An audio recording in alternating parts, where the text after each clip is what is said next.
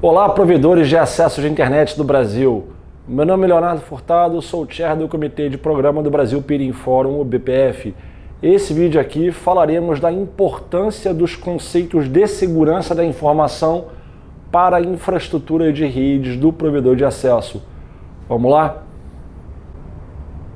Uma das analogias que eu mais curto quando me referindo à segurança da informação. A força de uma corrente é tão boa quanto a força de seu elo mais fraco. Isso significa o quê? Que a segurança da informação não são alguns falhos na sua rede, alguns IPS e alguns poucos procedimentos. A segurança da informação é todo um contexto de quais tecnologias estão embarcadas no seu projeto técnico. Aqui no BPF temos vídeos falando disso aqui, de conceitos de adoção tecnológica, onde soluções são pensadas num projeto técnico aderente ao plano de negócios, resultados, expectativas, demandas, problemas, desafios, enfim, define-se o conceito de solução, seleciona as tecnologias que compõem essa solução, por sua vez você escolhe lá quais são as ferramentas que vão embarcar quais dessas tecnologias e por aí vai. Enfim, em todo o contexto tecnológico da organização temos a disciplina de segurança da informação que eu trato particularmente como uma torre funcional do projeto técnico da mais alta importância. Então não vão ser alguns falhos na sua rede, alguns IPS, alguns poucos procedimentos que vão dar a segurança que você precisa. A segurança, felizmente, ela tem que começar aqui, na cabeça. Depois ela vai para o papel, depois ela é testada contra resultados. Por sua vez, você vai entender quais são as tecnologias embarcadas, onde elas são vulneráveis, o que vai acontecer com o teu negócio caso essas tecnologias sejam violadas, exploradas de forma maliciosa, quais são os impactos financeiros, reputação, downtime. Você pensa em todo tipo de problema, até mesmo para você ter argumentos de justificativas financeiras para o teu projeto técnico. Enfim, então é assim que você olha a segurança da informação. Para simplificar e manter uma objetividade aqui nesse vídeo, eu vou tratar apenas pela camada de infraestrutura. Tá? Então vamos falar da rede. Em outra oportunidade aqui do BPF falaremos de serviços e coisas que rodam no topo da tua infraestrutura. Então, quando a gente pensa na rede, vamos falar de roteadores, switches, OLTs e todo tipo de elemento principalmente ativo na tua rede.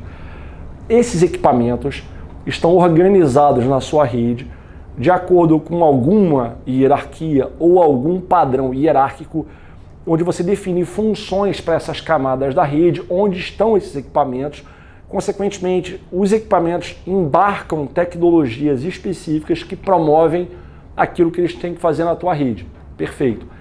Esses protocolos, essas tecnologias e a própria arquitetura do teu equipamento, tudo isso é vulnerável na tua rede. Então você tem que olhar por esse lado aqui. Para organizar essa linha de raciocínio, pensemos no seguinte, temos o plano de controle do equipamento, temos o plano de dados, o plano de gerenciamento e o plano de serviços. Vamos tentar manter essa forma aqui. Então, o que é o plano de controle que a maioria tem com certeza noção disso aí? Plano de controle de um equipamento e a área sistêmica onde estão hospedados os protocolos. Por exemplo, se for um router, protocolo de roteamento, seja ele interior, exterior. No interior, se ele é um vetor de distância, um estado de link, não vai fazer a menor diferença. Protocolo LDP do MPLS, o RSVPTE do MPLS-TE, BFD, ARP, NET, enfim, esses protocolos fazem parte do teu plano de controle. Só que não é só o protocolo, as estruturas de dados que esses protocolos mantêm lá na tua memória e tudo mais, fazem tudo isso parte do plano de controle. O plano de dados é essencialmente a arquitetura de encaminhamento de pacotes com as operações que são exigidas sobre os pacotes em trânsito. Por exemplo, um QoS para limitar a taxa de encaminhamento de pacotes por segundo do equipamento, uma CL, um filtro de pacotes, enfim, qualquer operação que você tem que fazer a nível de encaminhamento de pacotes, a título de encaminhamento de pacotes. Plano de gerenciamento, onde estão os protocolos e demais serviços relacionados ao gerenciamento do dispositivo, de falhas, incidentes, né, falhas, mesma coisa, configurações, desempenho, etc. E serviços seriam, por exemplo, um BRAIS, um roteador BNG BRAIS. Não tem o PPPoE lá rodando, é um protocolo orientado a serviço. O IPoE, a mesma coisa, túneis GRE, IPsec e coisas do gênero, né? São efetivamente protocolos de natureza de serviço. Então, cada uma dessas 4 áreas sistêmicas que eu desenhei aqui possuem muitos protocolos, diversos componentes e cada um deles igualmente vulnerável. Para exemplificar, começando aqui pelo plano de controle. Então, lá no plano de controle você tem os protocolos de roteamento. Vamos falar de um router aqui. Os protocolos de roteamento, o SPF ou ISIS, mas os protocolos na relação PSE, né, um RIP, um IGRP, o que for, enfim, rotas estáticas e etc. A rota estática não é protocolo, tá? Mas tem lá as suas complicações também. Vamos pegar esses protocolos de roteamento. Pega um OSPF, que é o protocolo que tende a ser o protocolo IGP adotado no teu provedor pela escalabilidade, pela rápida convergência e pela compatibilidade nativa que ele possui, apenas ele e o ISIS, com a engenharia de tráfego por MPLS. Enfim, quais são as situações que seriam muito ruins caso acontecessem na tua rede? Exemplo, um dispositivo não autorizado forma uma adjacência no teu protocolo OSPF, injeta informações maliciosas que podem provocar indisponibilidade, man in the middle, black hole do tráfego ou uma combinação dessas situações. Ou ainda o estouro do teu LSDB, pelo menos no que diz respeito ao quanto, né, de rotas o teu equipamento, rotas IGP que teu equipamento aguenta. Então vamos imaginar essa situação aqui, um dispositivo não autorizado formando uma adjacência com o teu equipamento, que pode parar a tua rede, gerar black hole, sequestrar tráfego para si, né, e consequentemente isso seria muito ruim no ponto de vista de segurança. Como é que a gente elimina esse risco? Configurando a autenticação do protocolo IGP. No caso do SPF, tem 3 autenticações, o tipo 0, que nenhuma não tem autenticação. A Simple Password, que é o Type 1, a senha ela navega dentro do payload, então não é nada seguro. E o Type 2, que é um MD5, onde o hash navega no pacote. Então você tem uma chave que produz um valor, esse valor é encaminhado nos pacotes, né? No caso do SPF, ele é transportado diretamente pelo protocolo IP, protocolo número 89, são 5 mensagens, né? Hello, DBD, LSR, LSU, LSA, que enfim, não importa. E ali dentro vai estar lá o tipo de autenticação e a string de autenticação, são 2 campos. Ao colocar uma autenticação nesse padrão MD5, você protege o teu SPF contra a formação de adjacências não autorizadas. É uma boa prática. Outro protocolo, o protocolo LDP, Label Distribution Protocol, é o LDP, o protocolo de alocação e distribuição de labels de MPLS. Então esse protocolo emprega 2 protocolos, na verdade, o UDP, até mesmo para fazer a descoberta dos vizinhos, né? E depois o TCP, que é a vizinhança que os roteadores estabelecem. Também, assim como o SPF, há complicações muito adversas caso um dispositivo não autorizado consiga formar uma vizinhança pelo LDP e injetar alguma coisa maliciosa na tua rede, provocando indisponibilidade e outros tipos de aborrecimentos. Então, a autenticação do LDP é outro mecanismo necessário para o aumento de segurança desse protocolo que atua na área sistêmica plano de controle. Vou parar por aqui na parte do IGP do LDP, mas você entendeu a filosofia. A autenticação é um método. Já o protocolo BGP. O protocolo BGP é um protocolo exterior, né? E ao contrário dos protocolos IGP, onde estão nesse caso o SPF, RIP e outros, os IGP você configura o quê? Ele é um processo global, rodando no módulo de supervisão e controle do teu equipamento, numa RE, numa RP, numa RSP, numa supervisor, enfim. Só que ele é habilitado também a título de plano de controle, ele é habilitado nas interfaces que você define. Quais são as interfaces que eu quero habilitar o meu protocolo OSPF, em quais áreas, ou em qual área, na verdade, né? Essa interface na área 0, essa interface na área 1 e por aí vai. Então o OSPF ele roda tanto no plano de controle no teu módulo central, quanto nas interfaces onde você habilita. Perfeito. O BGP não. O BGP ele é um protocolo de roteamento que ele exclusivamente centralizado no teu equipamento. Ele é um processo com várias threads e tudo mais. E ele não é habilitado em nenhuma interface. Ok? Isso significa que, no caso específico do protocolo BGP, ele depende do roteamento recursivo para funcionar. Ou seja, tem que ter rotas IGP para permitir o transporte das sessões, obviamente, em primeiro momento, e em segundo, para a resolução do atributo NextHop, ou seja, um roteamento recursivo. O BGP ele é super vulnerável. Ele escala bastante, ele é lento para convergir, mas ele é muito vulnerável. Né? Então, a prática de você autenticar os pacotes BGP, que são transportados pelo TCP, protocolo TCP é quem transporta efetivamente as sessões BGP. Você autenticar os pacotes BGP, o que seria uma boa prática, ela também tem as suas complicações, os seus riscos. Por exemplo, é possível habilitar a autenticação no BGP por MD5 e muitos fazem isso, o que está bom, perfeito. Só que, por exemplo, uma situação hipotética, um indivíduo mal intencionado pela internet, ele lança ataques contra o teu processo BGP. Não tem problema, Leonardo, porque eu estou usando a autenticação. Mas é justamente essa autenticação que vai te causar o problema. Por quê? O MD5 ele é um processo que desprende algum ciclo de processamento. Ele é um pouco oneroso. Em vias normais, a rede funcionando normalmente, tudo dentro da normalidade, não tem problema algum. O problema é quando os indivíduos mal intencionados, eles atacam o teu processo BGP com muitos pacotes. Com hash inválido ou sem hash, não importa. Mas acontece que quando isso é recebido pelo teu equipamento, o pacote, uma vez dentro da tua caixa, tem que ser encaminhado para o processo de software que roda o BGP. Então a thread correspondente vai receber aquilo ali. Só que tem autenticação habilitada. E o processo de validação do MD5 ocorre por software.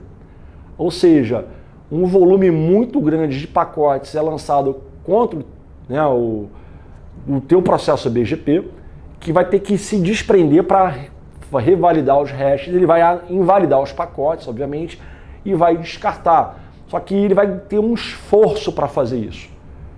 Ou seja, espere aí um aumento significativo do consumo da tua CPU lá primária, por exemplo. O que em alguns equipamentos é o suficiente para a caixa parar ou a rede ficar muito lenta ou convergir muito lentamente, causar indisponibilidades ou instabilidades no teu plano de controle. Então, para o BGP, você pode até considerar a autenticação para MD5, mas é muito recomendado nas sessões externas principalmente, você trabalhar com TTL Security Check. O que é isso, basicamente? Tudo num payload IP é spoofável. Você pode spoofar endereço MAC no quadro... eu falei IP, mas MAC não é IP, né? Você pode spoofar na camada 2, no quadro Ethernet, os endereços MAC, é spoofável. Né? Você pode spoofar no cabeçalho IP, por exemplo, o IP de origem, IP de destino, protocolo e uma marcação de TOS byte, né, DSCP. Tudo isso é spoofável. Né? E o restante do payload todo você pode spoofar à vontade, mas uma coisa você não vai conseguir spoofar bem, é o campo TTL do cabeçalho IP. Por quê? A cada salto de roteamento, os roteadores subtraem um daquele campo TTL, né, e encaminham um pacote para o salto seguinte, que vai subtrair um, que vai mandar para o próximo salto, que vai subtrair um. Então, a cada salto, o TTL é decrementado. Pois bem, a estratégia do TTL Security Check é o seguinte: os dois AS vizinhos aqui, o seu AS e o AS do teu cliente, do teu parceiro, do teu trânsito, enfim, vocês fecham um acordo com o TTL Security Check. Então, a seção BGP tem esse mecanismo habilitado. E você vai falar o seguinte: ó, fulano, A e B, né? B, os pacotes que você mandar para mim no cabeçalho IP tem que estar marcando 254 saltos restantes. No máximo é de 255, tá? Então, de 255 possíveis, eu quero receber um pacote teu com 254 restantes. Beleza? Como é que um hacker na Ásia, sei lá, né, em algum lugar na Rússia, na Índia, na China, não sei aonde, vai conseguir spoofar esse campo com êxito? Não tem como, porque a cada salto no meio do caminho vai decrementar um do TTL. Então nunca vai chegar um pacote com você com 254 saltos restantes, que é a tua exigência para você validar o pacote. Tá. que isso vai acabar acontecendo? Por mais que alguém na internet faça um spoofing de um pacote para tentar atacar teu BGP, quando aquele pacote chegar até você, a tendência é que haja menos de que 254 saltos restantes. Isso vai fazer uma violação. A diferença entre esse tipo de violação e a violação do MD5, que o MD5 é software, e além de ser mais oneroso, e no TTL Secure Check, nos roteadores modernos, decentes e tudo mais, isso ocorre em nível data plane, em nível silício. Então a violação de TTL Secure Check ele ocorre direto no teu silício, que é muito menos oneroso do que você ter que fazer a validação de MD5 nos pacotes BGP, que é em nível software. Então, as sessões de BGP com TTL Secure Check são uma boa prática. Não estou falando você não autenticar. Talvez você trabalhar em 2 camadas. No IP você valida o diâmetro que tem que ser reportado pelo campo TTL. E no BGP, já na aplicação, no software, você vai fazer a validação do MD5. Boa prática aqui. Então são exemplos de circunstâncias envolvendo a proteção do plano de controle. Mas tem muito mais coisas que isso. Tem muito mais coisas que isso. Vou dar um exemplo para vocês. Um desses exemplos, por exemplo, tem relação com a escala de prefixos. Sabemos que o BGP ele acomoda, né, tabelas muito grandes, mas o IGP já não acomoda tanto. Digamos que você tenha lá na tua rede uma VPN de camada 3 por MPLS na relação PSE com seus clientes corporativos, por exemplo, você fala o seguinte, ó, eu vou rotear as rotas da matriz para as filiais e vice-versa. Então você vai criar uma VRF, que é uma tabela de roteamento à parte, na verdade, virtualização das estruturas de controle de dados por assinante, né, por empresa, digamos assim, e você vai dedicar basicamente uma tabela para aquele teu cliente lá. Se você não impuser um limite ali, você pode comprometer a tua rede toda. Como? Vamos lá. Exemplo hipotético aqui. O teu cliente foi atacado, ou ele de forma errônea errou alguma coisa na configuração e tal, ele injetou na tabela dele, no teu PE, milhares e milhares e milhares de rotas.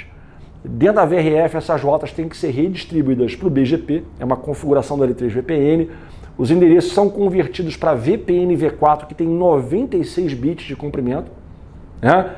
E distribuídos para cada PE que roda aquela família de endereços e que tem que exportar aqueles prefixos para os sites finais. Ou seja, dependendo da tua classe de roteadores, um cliente fazendo lambança na tua rede pode parar toda a sua borda que roda potencialmente, simultaneamente, tanto IPv4 quanto VPN-V4. Ou seja, estabelecer limites para recebimento de rota. É uma boa prática. Vamos falar de BGP, então. Esquece L3 VPN. Eu sou um wholesale, né? Então eu sou provedor de provedores. Aí tem os provedores menores que contratam um trânsito comigo. Eu tenho que definir um limite para esse cara. Eu vou nem falar de policy, de boas práticas de recebimento de prefixo, Bogon, Martians, etc. Eu vou falar só do óbvio aqui. Você tem que estabelecer um limite. Quantas rotas esse cara pode anunciar para você? Né? A título de você manter sob controle o volume de informações que teu cliente pode te passar. Né? O mesmo com relação a endereços MAC. Né? Vamos falar de switches agora. Os switches são também igualmente vulneráveis, né? Porque a CAN, que é a tabela de endereços MAC, ela é um recurso finito. Em alguns equipamentos são 16 mil endereços MAC, outros são 32 mil endereços MAC. Nas caixas muito parrudas, 2 milhões de endereços MAC. Mas espufar um endereço MAC é coisa de criança. Você vai no YouTube e você vai aprender a fazer isso. Então você vai lá e espufa o endereço MAC. Um indivíduo mal intencionado, ele ataca uma VLAN na tua rede com milhares de pacotes, cujo no quadro Ethernet o endereço MAC de origem é aleatório, é inválido, não importa. O teu switch ele vai começar a associar aqueles endereços MAC àquela porta por onde o frame foi recebido, né? Eventualmente isso vai estourar, porque o cara vai mandar mais frames, né, com mais endereços inválidos do que a tua CAN, tua tabela MAC consegue acomodar. Então tu vai estourar a tabela MAC do teu switch. Tua rede vai virar um hub, basicamente. Né? Então o conceito de privacidade no L2 vai morrer por completo e a tua rede vai ficar lenta. Né? Protocolo Spanning Tree é um protocolo vulnerável, pode ocorrer sequestro da tua root bridge. né? Tem que ter mecanismos que protejam o protocolo Spanning Tree contra determinados abusos, né? Principalmente o sequestro da tua root bridge, que é mortal. É mortal, é um ataque muito simples de acontecer. Basta um usuário ligar uma bridge na tua rede, um switch, não importa, com uma prioridade menor, uma bridge ID menor. Se a bridge ID é priority, o MAC do sistema. Então bota lá uma bridge ID menor, ele vai anunciar aquele BPDU na tua rede, aí a root bridge da tua infraestrutura, para que ela veja, opa, peraí. Então a tua rede vai reconfigurar para aquele novo ponto de convergência do tráfego, ou seja, vai dar um mega problema na tua rede. Então o protocolo Spanning Tree é muito vulnerável. Então imagina o seguinte, lá no plano de controle você tem vários protocolos, vários serviços, todos eles muito vulneráveis. DHCP é vulnerável, PPPoE é vulnerável, né? Os protocolos de roteamento, os protocolos do MPLS, no caso o LDP e o RCPTE, cada um deles, o BGP. Então, se você pensar por essa linha de raciocínio aqui, só no plano de controle você tem muito com que se preocupar. E a obrigação do projetista, do engenheiro da rede, do provedor, é quando ele elencando quais tecnologias, protocolos, etc., estão embarcadas em um determinado equipamento, como é que ele protege, quais são os riscos associados às vulnerabilidades desses componentes que foram configurados e o que ele tem que fazer para melhorar a segurança daquilo. Porque a força de uma corrente é tão boa quanto a força de seu elo mais fraco. Tá? Então isso no plano de controle. Tá? Alguns exemplos. Vou dar uns exemplos agora no plano de dados. Antes mesmo de falar de alguns casos aqui envolvendo o plano de dados, me lembrei de uma situação no plano de controle muito interessante. Para você ter ideia que as coisas mais esdrúxulas, que você dá menos importância, podem ser justamente uma coisa complicada para o teu negócio. Uma situação que me lembrei agora é o seguinte, usuários da internet que podem lançar ataques contra o seu plano de controle de uma forma muito ridícula, muito simples. Basicamente, eles calculam o diâmetro do campo TTL até o teu equipamento, de forma que o TTL vai expirar exatamente quando um pacote chegar até teu equipamento. Então, quando o equipamento recebe um pacote, ele tem que rotear aquele pacote porque é trânsito, mas o TTL vai expirar, o que ele faz? Ele tem que descartar o pacote, descarta o pacote, né? E manda uma notificação ICMP para o remetente. Só que, por incrível que pareça, equipamentos mais obsoletos têm dificuldade de lidar isso em larga escala. Então imagina que o equipamento vai ficar muito tempo ocupado respondendo mensagens ICMP para os remetentes falsos, gerando um aumento de processamento do teu equipamento. Então, uma situação que me lembrei agora. No plano de dados, uma das situações que eu posso citar aqui, por exemplo, pacotes fragmentados. Você tem basicamente 3 tipos de tráfego no teu roteador. Você tem um tráfego que é trânsito, então ele vai ser um roteador de trânsito, né? Outro tráfego é local, mas que vai para um processo de software que é centralizado no equipamento, que é a maioria dos casos que você vê por aí. Mas algumas arquiteturas têm isso de forma distribuída. Por exemplo, o ARP roda em cada line card independentemente, são processos independentes. Então, o tráfego é local, mas para aquele line card, para aquela pilha de protocolos local daquele line card, ou é um tráfego local que vai para um processo centralizado no equipamento, que seria o caso de um protocolo de roteamento. Essas situações são muito vulneráveis. E, por exemplo, pacotes fragmentados é um caso muito conhecido. Por quê? A remontagem de pacotes fragmentados ocorre por software. Então, às vezes, o indivíduo mal intencionado, ele manda pacotes fragmentados com destino à pilha de protocolos ou local no line card ou no processamento centralizado lá no teu módulo de supervisão e controle. E teu equipamento vai ter que montar esse pacote por software, mas o volume de pacotes fragmentado é maior do que a qualidade desse procedimento de remontagem dos pacotes que o teu router consegue executar, o que fatalmente gerará um aumento muito significativo no processamento da caixa. Então, é um caso bem específico no plano de dados ali.